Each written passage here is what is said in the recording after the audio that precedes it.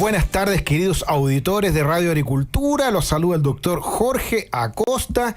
En unos minutitos más se va a sumar Tomás Bengolea. Usted ya sabe, está de regreso. Ayer tomó absolutamente posición de la conducción del programa y va a llegar en algunos minutitos más a sumarse, ¿cierto?, a esta conversación en la cual ya está con nosotros don Eduardo Cretón. Eduardo, muchas gracias por estar acá.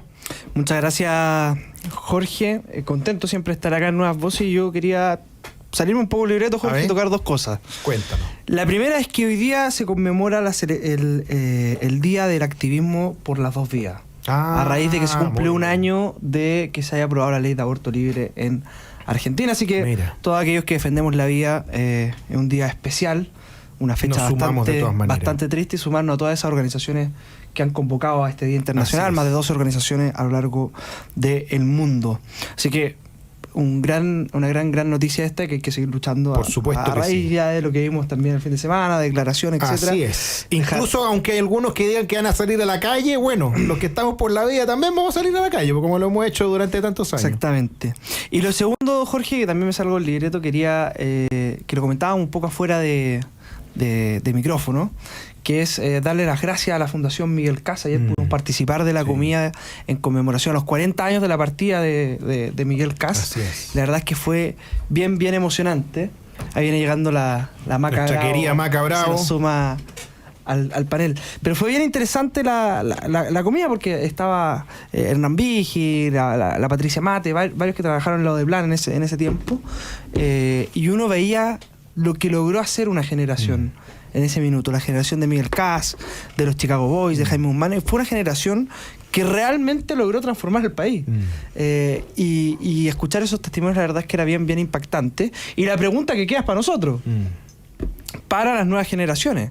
Muchas veces yo siento que nosotros cargamos con la mochila de creer que ya todo se hizo en el país, que nunca más vamos a poder volver a tener unos 30 años como los que pasaron. Y yo creo que las nuevas generaciones de derechas tienen que de a poco ir sacándose esa mochila y ser un poco más atrevidas y ambiciosas políticamente. Es minuto para pensar también en qué Chile queremos nosotros. Yo creo que la tarea de los Chicago Boys, de los gremialistas, está inconclusa. Sí, claro. Superamos la pobreza, avanzamos un montón durante estos 30 años, pero está inconclusa, porque todavía tenemos un montón de problemas en nuestro país, y porque también la realidad de Chile ha cambiado. Si en ese minuto era el gran problema la extrema pobreza, yo creo que hoy día el gran problema que tenemos en nuestro país es la fragilidad de las clases medias.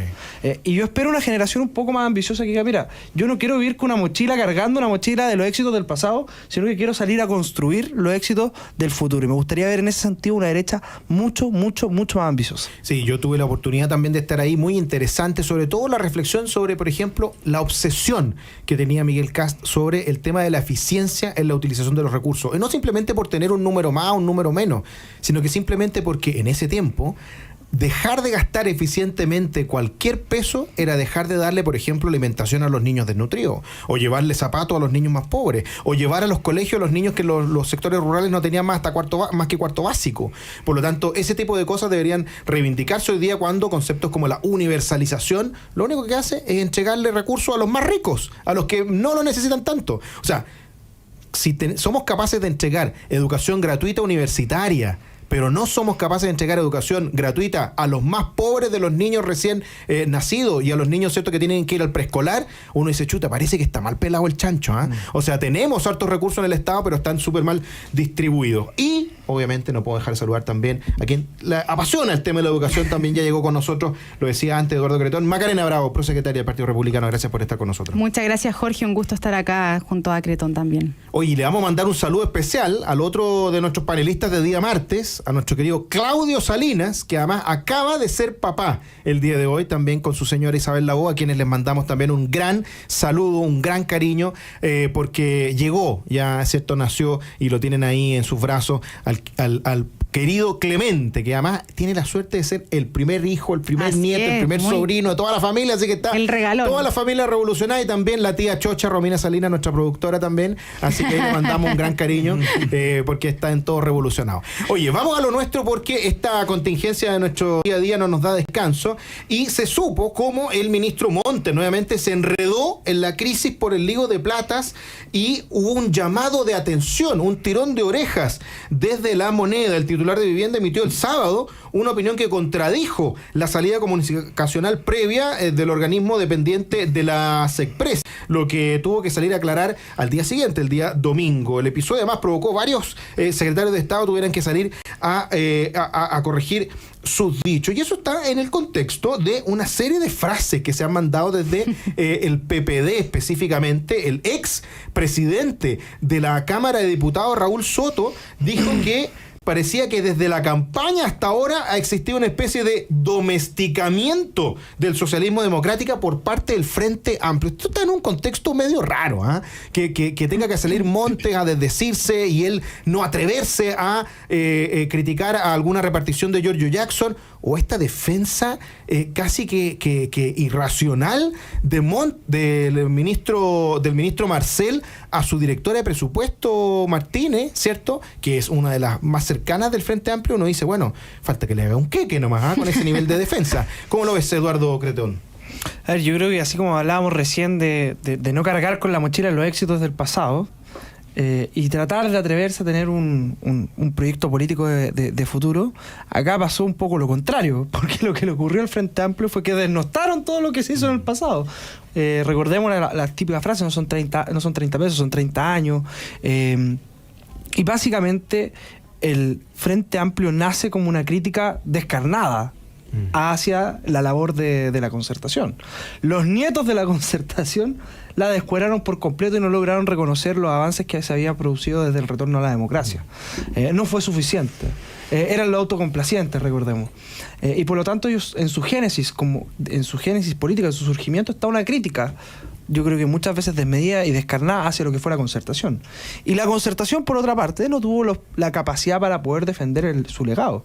Hemos visto esta semana al presidente Lago, el presidente Frey dando declaraciones, y uno dice, chuta, eso eran hombres de Estado, digamos. La concertación tuvo gobiernos exitosos dentro de los 30 años. Recordemos que gobernaron gran parte del último tiempo y se produjeron varios avances, pero no tuvieron la suficiente capacidad política para poder defender el legado. Se avergonzaron de lo que habían hecho. Yo siempre le pregunto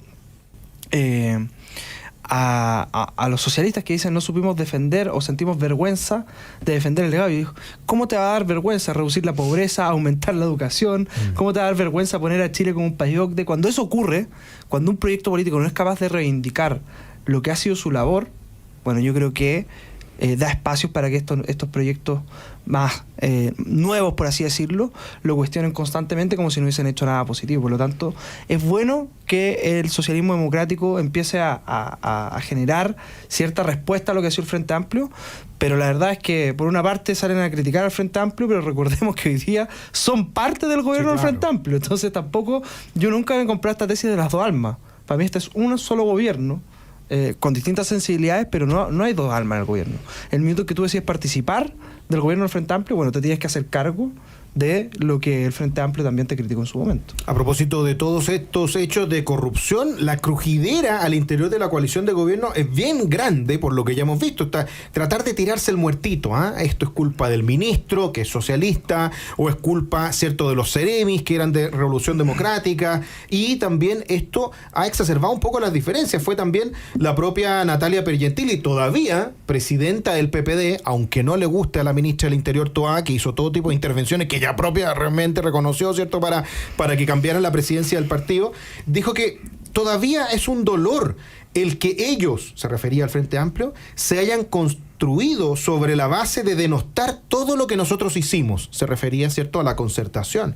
Sobre las críticas a los 30 años, agregó que fue tanto el denostar que muchos de los que habían sido parte de ese periodo se sintieron absolutamente ninguneados. Y ahora parece que también quieren acarrear con ellos la responsabilidad de los hechos de corrupción que ideológicamente están originados en esa izquierda radical, que es la izquierda que cree que puede utilizar los fondos estatales para el proselitismo político. ¿Cómo lo ves, Macarena Bravo?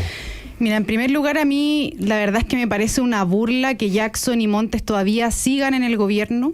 Uno se pregunta por qué, para qué, cuál es la finalidad, porque lo único que vemos es que multiplican los problemas al presidente. Y uno puede entender que hayan amistades, que hayan ciertos acuerdos políticos, pero el presidente los tiene que sacar. No puede seguir el ministro Montes y el ministro Jackson en sus carteras como si nada pasara en uno de los casos de corrupción más grandes de los últimos años. Y además, al no hacerlo, al no sacar a estos ministros del gabinete, está demostrando que su ideología está por sobre el futuro de Chile. Sabemos, pueden que a lo mejor no estén implicados los casos, que están en investigación, pero eso no implica que no se tomen responsabilidades políticas y que dé una señal clara a la ciudadanía para poder avanzar en temas de transparencia, probidad y por supuesto también de los liderazgos del gabinete que están de cierta manera vinculados a esta polémica de los casos de corrupción, que además entendamos la corrupción no es nada más que robar, y eso es bastante grave y sobre todo tomando lo que ustedes decían, que venga de este grupo de políticos del Frente Amplio que siempre hablaron de la superioridad moral. Y sobre la concertación, me parece que su análisis son bastante tarde, la verdad, porque ellos tuvieron un momento para poder defender los últimos 30 años del progreso de Chile, 30 años de los que ellos también fueron protagonistas, y no fueron capaces de hacerlo, y le dieron finalmente un empuje bastante fuerte al Frente Amplio para poder llegar a la moneda. Y a pesar de que Mario Marcel dijo que estamos en presencia de la mejor directora de presupuesto de la historia, fue el propio fiscal nacional el que dijo que es muy probable que Javiera Martínez sea citada a declarar. Es parte de lo que uno podría esperar que ocurra en este tipo de casos, sostuvo el fiscal nacional. No puedo instruirlo ni ordenarlo, pero es muy probable que esto ocurra. Es como de sentido común, sostuvo Ángel Valencia respecto de la directora de presupuesto, por la experiencia, por la forma de trabajo y por la honradez. Probablemente estemos hablando de la mejor directora de presupuesto, incluyéndome a mí, dijo el fin de semana el ministro Marcel. Hoy día el fiscal nacional dice absolutamente lo contrario. ¿Cómo lo ves, Eduardo Cretón? A ver, lo primero es que uno ya está cansado de todas las semanas tener que pedir que salga Jackson, que haya un cambio de gabinete. Seguimos hablando, la agenda pública lleva, ¿cuántos días llevamos desde que estallaron? Más de un mes. Van a cumplirse 2 meses, claro. Van a cumplirse casi 53 días, si no me equivoco, ya hoy día. Imagínate, 53 días donde lo único que ha estado discutiendo la política sobre los casos de corrupción, con justa razón. Pero a mí lo que me llama la atención es la capacidad que ha tenido el gobierno de aguantar y no asumir ninguna responsabilidad política, porque a lo que está jugando el gobierno, y esto es algo que tienen que saber los chilenos, es al desgaste natural, a que nos aburramos de apuntarlos con el dedo y pedirles que se hagan responsables. Pero déjeme decirle algo, eso no va a pasar, porque cuando tú mal utilizas los recursos públicos, y esto de que hablábamos de la figura de Miguel Kast, digamos, los más afectados son los más vulnerables. Y es inaceptable que se hayan reído de esta forma de los chilenos más vulnerables. Acá hay fundaciones truchas que supuestamente venían a solucionar problemas en campamentos, problemas para mujeres emprendedoras, y esa plata finalmente no llegó a los destinatarios que debe haber llegado, sino que quién sabe dónde fue a parar. Lo más probable es que a los bolsillos de algunos de estos operadores políticos. Y por lo tanto yo creo que lo primero que tenemos que tener muy claro toda la oposición es que acá no vamos a hacer borrón y cuenta nueva. Acá no nos vamos a aburrir de seguir pidiendo la responsabilidad política, y eso es algo que tiene que saber el gobierno. Y con respecto a Mario Marcel, yo creo que el que mejor lo ha graficado fueron las declaraciones del alcalde Carter, que dice, parece que a Mario Marcel le sacaron la corbata y se está mimetizando con los muchachos del Frente Amplio. Problemático, porque Marcel era el adulto a cargo, por así decirlo, de este buque, y la verdad es que con esto también pierde mucha credibilidad. Ya no solamente Jackson, está cuestionado el ministro de Educación, está cuestionada la ministra del Trabajo, está cuestionado Mario Marcel, se está quedando sin elenco el presidente. Y por lo tanto yo creo que ya no solamente esto tiene que ver con asumir responsabilidades políticas, sino que ver la forma en que el gobierno pueda darle, ya no sé en qué aire vamos, pero quizá un cuarto, quinto aire, y poder retomar de alguna forma las confianzas al interior de las distintas fuerzas políticas, porque mientras siga Jackson, la verdad es que eso se ve muy, pero muy difícil. Y también es interesante lo que tú mencionabas, Eduardo, del tema de la edad. En algún minuto vamos a tener que tratar ese tema y hacer un reconocimiento histórico a tantos otros jóvenes que a lo largo de la historia tuvieron que asumir roles muy importantes y no tuvieron que escudarse en la juventud. Lo comentabas tú, todos los miembros de la ODEPLAN, la Oficina de Planificación Nacional, eran personas de 20, 30 años y sacaron adelante un proyecto extraordinario de superación de la pobreza. Oye, hasta el propio Allende, que el presidente de la República tanto reivindican, fue ministro de Salud a los 31 años.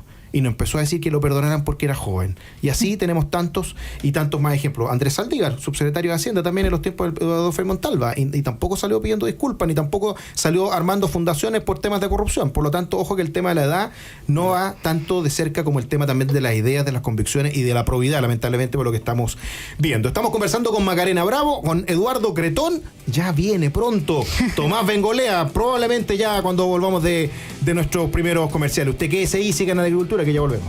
Estamos de regreso en Nuevas Voces, conversando con Macarena Bravo y Eduardo Cretón. Les habla el doctor Jorge Acosta. Estamos aquí en la espera, ¿eh? No sabemos si va a alcanzar o no a llegar Tomás Bengolea. Ya está en Chile, así que en una de esas alcanza a llegar. Vamos a hacer oración, buenas vibras para que llegue. Y si no, aquí tendremos más tiempo para conversar. Vamos a seguir conversando, pero antes vamos a saludar a quienes hacen posible nuestro programa. Posgrados de la Universidad San Sebastián cuenta con más de 100 programas en diversas áreas del conocimiento. Más de 14.000 egresados han preferido sus magíster, diplomados, postítulos y especialidades. Conoce más en posgrados.uss.cl. En Enel buscamos cuidarte de que tu servicio eléctrico sea continuo y de calidad. Por eso, si sabes de un hurto de cables que haya generado corte de electricidad en tu barrio, puedes denunciarlo de manera anónima al 600-696-0000. Ayúdanos a evitar esta práctica ilegal y a mantenernos seguros en él.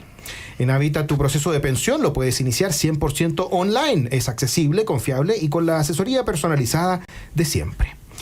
Hoy les tengo una noticia diferente porque la cuenta corriente digital de BCI, la que no te pide requisitos y que puedes sacar hoy mismo desde tu teléfono, ahora también es para pymes. Si estás buscando un apoyo que te permita acceder a mejores soluciones financieras y herramientas para tu negocio, la cuenta corriente digital PYME es para ti. Ábrela hoy, úsala hoy. Y Carlos Herrera, máster en aceros y más, administrada por la segunda generación familiar, te espera en sus sucursales con una atención personalizada para apoyar en todo lo que necesites para la realización de tus proyectos. Mayor información en carlosherrera.cl.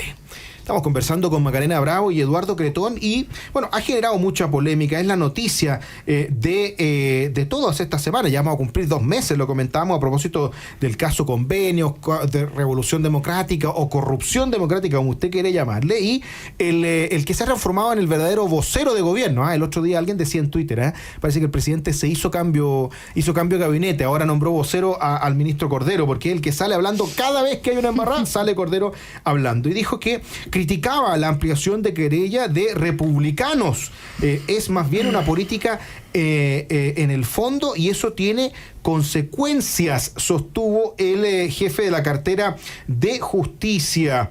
Básicamente dice: yo he visto la ampliación de querella de republicanos, me parece que ellos ejercieron un instrumento jurídico para hacer una objeción que no es jurídica, sino que es más bien política en el fondo, y eso tiene consecuencias que degradan también el contexto del debate público. Obviamente que hay que partir preguntándole a la prosecretaria de Republicanos, Macarena Bravo, ¿qué piensa al respecto? Mira, a ver, los republicanos creemos firmemente en la transparencia, en la probidad, algo que hemos visto, conceptos en los que no cree el gobierno y que además no estuvieron tampoco dispuestos a capacitarse para entenderlo mejor, porque ahora toda la justificación se basa en esta falta de capacitación cuando son cosas que yo creo que cualquier persona que quiera trabajar en la administración pública tiene que entender previamente.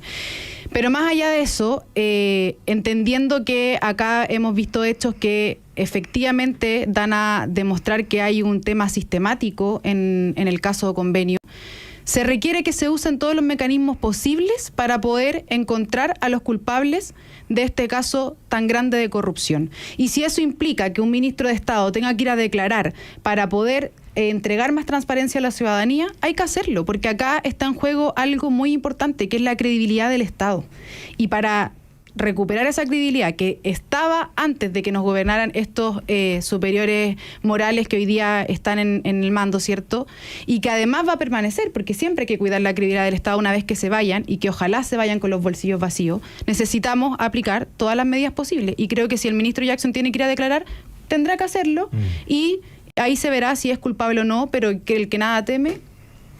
Bueno, es verdad, el que nada hace, nada teme. El ministro Cordero sostuvo que le preocupaba que se comience a naturalizar en el debate político nacional el uso de la querella como un medio para contrastar o amparar una estrategia política. Lo raro es que no dijo lo mismo cuando muchos parlamentarios de izquierda se querellaban contra los ministros del Interior en el contexto del 18 de octubre. Contra el ministro de Salud. Contra el ministro de Salud y los subsecretarios, Paula Daza, Arturo Zúñiga, a propósito de la pandemia, contra el ministro París o contra el ministro Mañalich, y los trataban incluso de asesinos. Y convengamos que ahí Cordero se quedó calladito. ¿Cómo lo ves, Eduardo Cretón? No sorprende, la verdad, porque todo lo que ellos dicen que no les gusta hacer, o que hagan, o la crítica a su gobierno, bueno, se les olvida que ellos fueron de las peores oposiciones. Y yo no creo que esto se trate de pasar cuenta, porque cuando la política se trata de tú me hiciste esto y yo te la devuelvo, en el fondo quedamos un juego de suma cero, y eso no es lo que necesita el país necesita avanzar.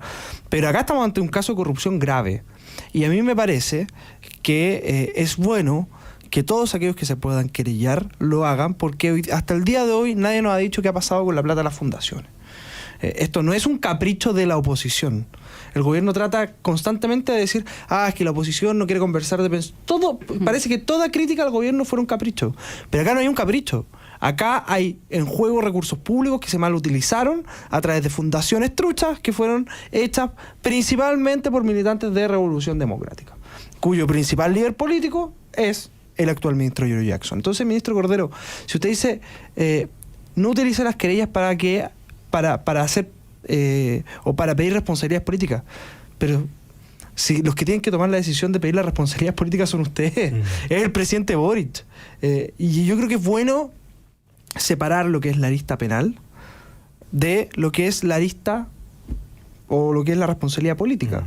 Puede ser que el ministro Jackson efectivamente tenga las manos limpias y que no haya cometido ningún delito, pero eso no le quita, bajo ninguna circunstancia, la responsabilidad política que le cae en estos casos, escándalos de corrupción. Y eso es lo que no ha hecho el gobierno. El gobierno tiene que asumir esa responsabilidad política. Y para eso tiene que remover al ministro Jackson o al ministro Monte, o tiene que darle alguna señal a la ciudadanía de que lo que dice el presidente, esto de caiga quien caiga, sea cierto. Porque hasta ahora lo único que hay son declaraciones grandilocuentes de que vamos a perseguir la corrupción como perro, o como uno quiera, pero la verdad es que se han visto pocos gestos de parte del gobierno con respecto a estos escándalos. Porque cuando hay escándalos de corrupción, cuando hay gente cuestionada, la actitud que tú tomas es sumamente importante. Yo siempre pongo el ejemplo que tenemos en la región de la Araucanía. Hay convenios cuestionados hacia el gobernador Luciano Rivas. ¿Qué hizo el gobernador? Fue a la fiscalía, se autodenunció, colaboró con la investigación, porque así es como funcionan las cosas. Y entregó todos los antecedentes. Si es que es culpable o inocente, lo van a determinar los tribunales de justicia. Pero la actitud que él toma de decir, miren, yo no tengo nada que esconder, aquí está todo, esa es la actitud que el gobierno no ha hecho. Y que, además, como no lo ha hecho, cada día sabemos menos qué es lo que pasa realmente con los antecedentes. Si la semana pasada apareció la caja fuerte, pero sin ninguna boleta de garantía. No, y esto de que no puede, que casi que es noticia que vayan a declarar y todo. Oye, pero si tienen que ir y colaborar, y tienen que colaborar con la Contraloría, tienen que colaborar con el Ministerio Público, tienen que colaborar también con la eventual comisión investigadora que se haga también en el Congreso. Yo me acuerdo que en plena pandemia, a pesar de todo el tiempo que había que destinar, para tener los ventiladores, para tener todo el sistema funcionando, oye, todas las semanas iba el subsecretario a hablar con el Congreso.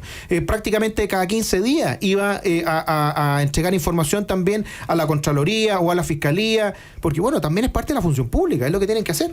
Macarena Bravo. A ver, la teleserie de los convenios nos da un capítulo al día. Yo de verdad estoy esperando a ver si Chilevisión le ofrece al gobierno hacer un reality show como el del Gran Hermano, pero que se llame El Gran Robo, porque eso es lo que estamos viendo con todos estos casos. Y además, hay que hacer un punto, que el presidente Gabriel Boric ya reconoció que hay corrupción en estos casos. Es decir, que él reconoce que funcionarios de su gobierno se están robando la plata de los chilenos. Y no han hecho nada. No hay ninguna sola querella por parte del Estado en contra de todos estos casos de convenio, y eso a mí me parece bastante grave por parte del gobierno, independiente de que entreguen información, de que hagan las investigaciones. Acá también tienen ellos que tomar acciones. Y al ministro de Justicia se le olvida que él es el ministro de Justicia de los chilenos, no del gabinete ni el abogado personal del presidente Gabriel Boric ni el abogado personal del ministro Jackson. Es ministro de Justicia, nombrado por supuesto por el presidente, pero el presidente que es del presidente de la República, de todo Chile. Entonces también acá hay que medir en ese sentido las palabras también de los ministros en defensa de ellos mismos y toda la situación que está ocurriendo. Y además esperar, obviamente, una acción más concreta por parte del presidente Gabriel Boric en el caso convenio y que efectivamente podamos tener la información de qué fue lo que pasó y cómo van a devolver la plata de todos los chilenos, porque además esa plata iba en beneficio de los chilenos más vulnerables y eso tampoco se nos puede olvidar. El caso Democracia Viva, que fue el primero que abrió todo este debate, fue porque contrataron a una fundación que no cumplía con los fines para resolver los problemas de vivienda en un campamento, uno de los dolores más grandes de los chilenos, y ellos se rieron en su cara de ese dolor y hoy día no quieren devolver la plata tampoco. Entonces, de verdad, yo espero que lo devuelvan, que este reality show se termine pronto y que podamos avanzar en lo que Chile realmente necesita. Oye, yo los invito a que vean también la entrevista que le hicieron en Chilevisión a Andrade, a Daniel Andrade. Se manda unas declaraciones que yo creo que hemos reflexionado poco en eso, pero cuando incluso Julio César Rodríguez, el mismo que apoyó la lista del pueblo, le dice, oye, pero te gastaste 131 millones de pesos en instalar unos postes y unos baldes con arena. Y él dijo, no, si también eran sueldos de las personas que estaban trabajando ya. ¿Pero qué personas? No, sociólogo, psicólogo, antropólogo. Y le dice, pero ¿por qué necesitáis antropólogos, sociólogos, psicólogos para un poste? No, es que el poste estaba mal instalado. Entonces, para instalarlo bien, necesitáis tener gente que hiciera conversatorios con las personas para donde... O sea, no tiene vergüenza de seguir defendiendo lo indefendible. O sea, ¿hasta cuándo creen que se pueden reír de la gente? De la racionalidad de las personas que entienden que no puedes gastarte 131 millones de pesos en instalar un balde para el agua y otros baldes para la arena. Eso es lo indignante. O sea, este gallo sigue convencido de lo que hizo, está extraordinariamente bien. Y ahí radica el problema grave de esta izquierda que cree que puede utilizar los recursos a diestra y siniestra. Y mal utilizar los recursos públicos, porque no solamente este caso escandaloso de corrupción con respecto a las fundaciones. ¿Cuántos programas sociales tiene el Estado que no funcionan bien?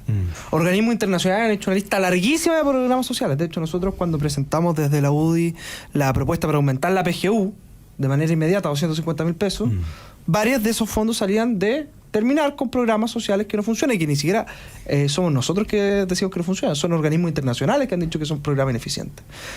La gran pregunta es, y lo que está esperando el ciudadano chileno, es que tengamos un Estado que funcione.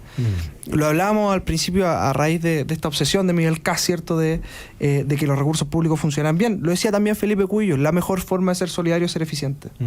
Y hoy día tenemos un Estado que no es eficiente. Tenemos un Estado que se da 1000 vueltas para solucionar problemas que se podrían solucionar de forma mucho más fácil. Por lo tanto, la gran pregunta es ¿cómo realmente modernizamos el Estado?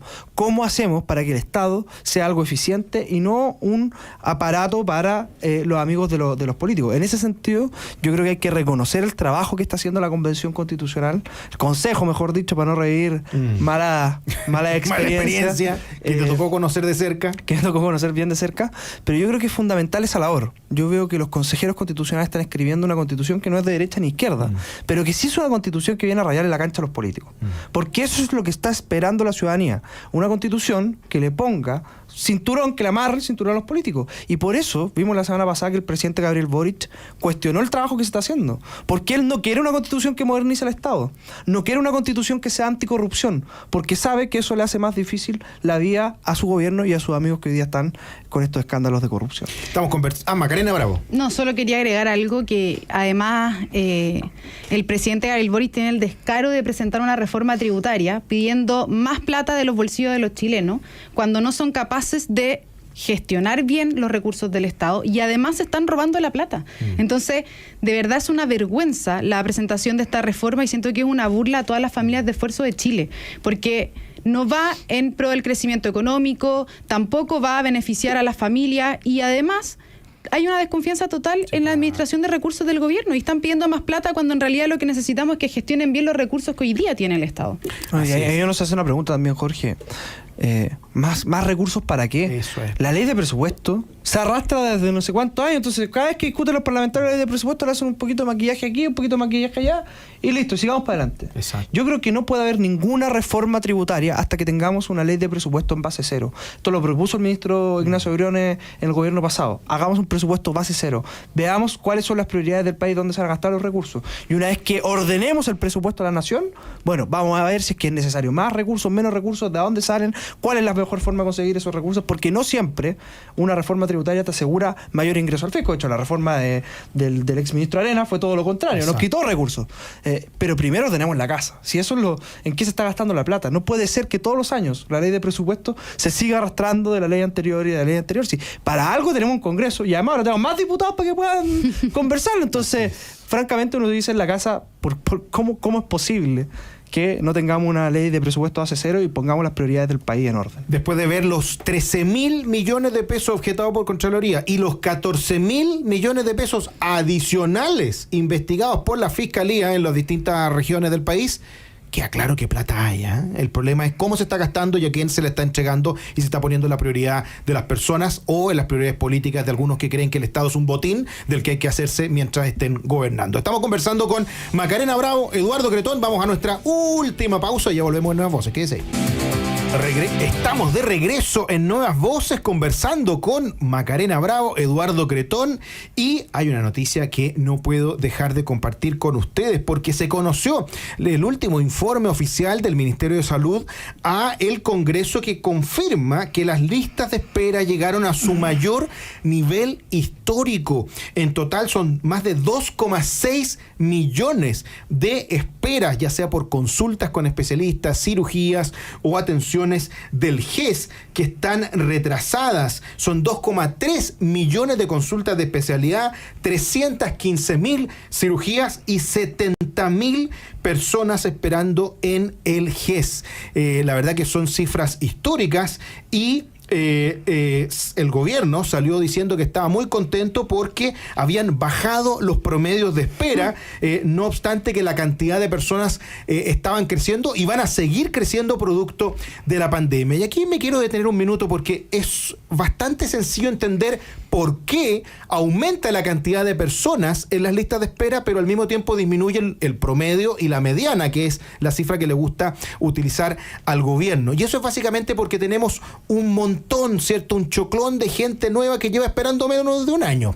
Entonces uno puede decir, si el promedio habitualmente era más de un año y entra gente que espera menos de un año y entra mucha gente que espera más de un año, entonces el promedio va a bajar sin que usted no haga nada. Puede no sacar a nadie de la lista de espera, pero si ingresa un montón de gente, el promedio y la mediana bajan. Y de eso se siente orgulloso el gobierno. Y eso es un problema, porque es una autocomplacencia. Lo que deberíamos hacer es tratar de cada vez más disminuir los tiempos de espera de aquellas personas que llevan más de un año. Y al mismo tiempo deberíamos aumentar, por ejemplo, la utilización de los pabellones. Hoy día en Chile se utilizan más o menos el 50% de los horarios disponibles en los pabellones. El 50%. Cuando se pueden operar 7, 8 pacientes, se operan 3. Y eso provoca que tengamos un atochamiento de 300.000 personas en espera en las listas quirúrgicas. Si utilizáramos los pabellones al 100%, resolveríamos 450.000 cirugías. Es decir, a todos los 300.000 que están esperando y nos sobrarían 150.000 más. Por lo tanto, no es que falten recursos, no es que falten médicos, no es que falten pabellones. Lo que falta es un uso adecuado, eficiente de los recursos que ya están disponibles y que lamentablemente no se ha hecho como corresponde por parte del gobierno. Quiero saber cómo lo ve Macarena Bravo, Eduardo Cretón, a propósito de este que es uno de los dolores más grandes que tienen las personas, que uno lo ve, sigue estando salud dentro de las primeras prioridades junto con seguridad, junto con educación. ¿Cómo lo ves, Eduardo Cretón? A ver, lo primero es que a mí me llama profundamente la atención cómo salud se ha ido tomando la agenda, casi al mismo nivel de seguridad. Y es un tema obvio porque es un tema muy delicado para los chilenos. Hoy día muchos chilenos tienen miedo de enfermarse porque saben que pagar la cuenta no sale barato muchas veces. Y la discusión muchas veces nosotros creemos que gira en torno al tema de la ISAPRE, que tampoco sabemos qué es lo que va a pasar, porque además esto se nos va a mezclar con el cumplimiento del fallo de la Corte, que creo que es en noviembre, ¿no? Tenemos una fecha límite que a finales de noviembre para cumplir el fallo, pero además prontamente va a venir un tercer fallo que tenga que ver con la prima GES, que va a ser como la guinda de la torta de la compleja situación de la ISAPRE. Y eso solo puede empeorar la salud. Pero hablamos muy poco, y yo acá recojo el guante, sobre todo en nuestro sector, de lo que ocurre con la salud pública. Porque efectivamente hay problemas de eficiencia. La gran pregunta es cómo se soluciona esto. ¿Y qué es lo que va a hacer el gobierno? Porque cuando tú tienes este problema, puedes decir, bueno, acá la solución es más Estado, aumentar los recursos para la salud pública, que sabemos que no funciona, o hacer un gran llamado al mundo privado a trabajar de manera conjunta en reducir las listas de espera. Porque un problema como la salud no tiene que ver con quién es el que administra la salud. Cuando a algún familiar tiene un problema de salud, a uno lo que le importa es que lo atiendan rápido, oportunamente y que lo atiendan bien.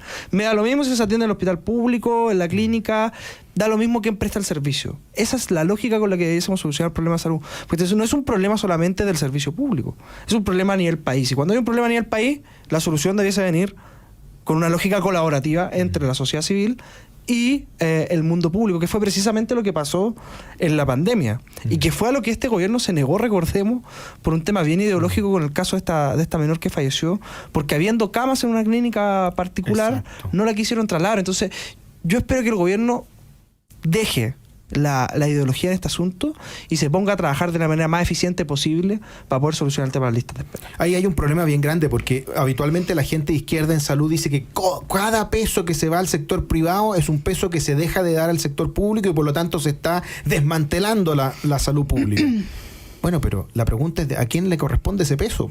Ese peso no le corresponde a la burocracia, ese peso no es de un órgano, de un ente estatal, ese peso es para las personas, para los chilenos que necesitan atención y que no la están recibiendo dignamente. Macarena Bravo.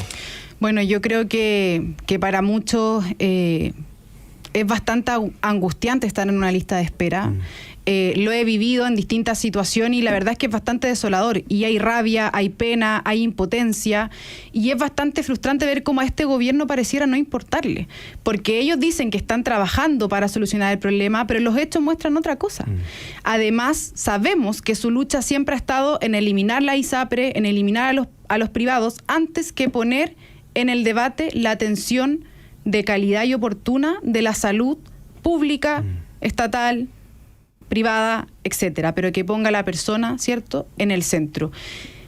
Tenemos que avanzar hacia que ninguna persona muera esperando en la fila. Eso es avanzar en dignidad, en libertad, y eso sí es poner a las personas en el centro. Y eso es lo que estamos esperando de quienes nos gobiernan hoy y, por supuesto, de quienes vengan en el futuro, que pongan en el debate cómo mejoramos y hacemos más eficiente el sistema de salud pública, cómo hacemos un sistema de salud en colaboración con el sistema, ¿cierto?, privado para poder atender a las personas, porque, como bien dijo Cretón, la verdad es que cuando uno está enfermo, cuando una persona está enferma, no está pensando si va a ir al estatal o al privado. Lo que está pensando es que lo atiendan y que pueda vivir, el que pueda salir adelante. Si es el privado o el público, le da lo mismo. Si se puede haber una colaboración entre ambos, hay que hacerlo, como lo hicieron en pandemia. Yo no sé si tú te acuerdas de una anécdota de la presidenta Bachelet, cuando estaban también las listas de espera bien colapsada en ese minuto. Bachelet recién era ministra de Salud y se arma una campaña a nivel nacional. Se sumaron los bomberos, se sumó el ejército, se sumaron instituciones privadas, todos son una gran cruzada para poder solucionar la lista de espera. Bueno, eso es exactamente lo que hay que hacer si esto es un problema a nivel país, si acá se trata de la vida de las personas. Por lo tanto, a mí me da lo mismo si me dijeran que el día de mañana la mejor solución para esto es que las clínicas privadas hicieran todo el trabajo. Bueno, que lo hagan, pero solucionen el problema ahora, porque de lo contrario, la opción que se le deja a la gente es seguir esperando a que los familiares se mueran. Es trágico cuando uno va a los consultorios y nombran al paciente y se levanta la amiga al lado y se... Los llaman por teléfono muchas veces. Ahora tenemos su hora. ¿Sabe que mi familiar falleció hace un mes? Eso es realmente dramático y según lo que informó el gobierno, ya son casi 20.000 personas que fallecieron estando en una lista de espera. Es decir, que el Estado se comprometió a decirle, ¿cierto?, a que le iba a entregar una atención y que la persona falleció y nunca llegó. Y como decían ustedes muy bien, ¿qué es lo que vemos? Vemos que lo llaman por teléfono y lamentablemente le tienen que decir a ese familiar con un dolor adicional que la persona a la que están llamando falleció antes de que lo llamaran del hospital para atenderse. Eso es realmente indignante, eso es realmente dramático. Eso le sucedió a 40.000 personas el año pasado y en lo que va de este año ya van otras 20.000 casi. Eso es una verdadera crisis sanitaria que el gobierno no está ponderando como corresponde. Y se estaban vanagloriando diciendo que disminuye los tiempos de espera, cuando todos sabemos que eso es porque ha aumentado la cantidad de personas que esperan menos de un año. Por lo tanto, ahí tenemos un desafío enorme y es de esperar que el nuevo subsecretario de Redes Asistenciales y la ministra de Salud se hagan cargo de esta crisis y no simplemente estén proyectando con frases bonitas que esto lo vamos a solucionar en un futuro que viene, cuando el problema lo tenemos ahora en este minuto. Quiero agradecerle muchísimo a Eduardo Cretón, Macarena Bravo, Gustavo, por habernos acompañado hoy día en esta edición casi como de vacaciones que tuvimos, porque no estuvimos con nuestro querido conductor Tomás Bengolea, que ya se sumará mañana nuevamente al panel de día miércoles. Usted quédese en Radio Agricultura porque ya viene Deportes en Agricultura y bueno, que disfrute el resto del día. Nosotros nos volvemos a encontrar con este panel la próxima semana, el próximo martes, pero ya mañana vuelve Nuevas Voces con Tomás Bengolea. Que esté muy bien. Nos vemos. Nos vemos. Chao, chao. Nos vemos. Chao, chao.